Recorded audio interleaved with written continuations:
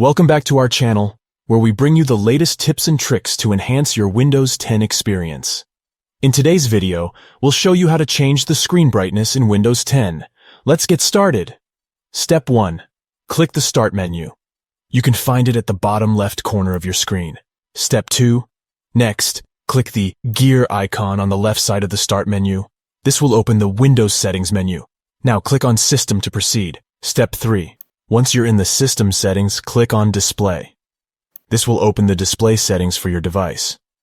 Step 4. Look for the Brightness and Color section. Here you'll find a slider bar that allows you to adjust the screen brightness.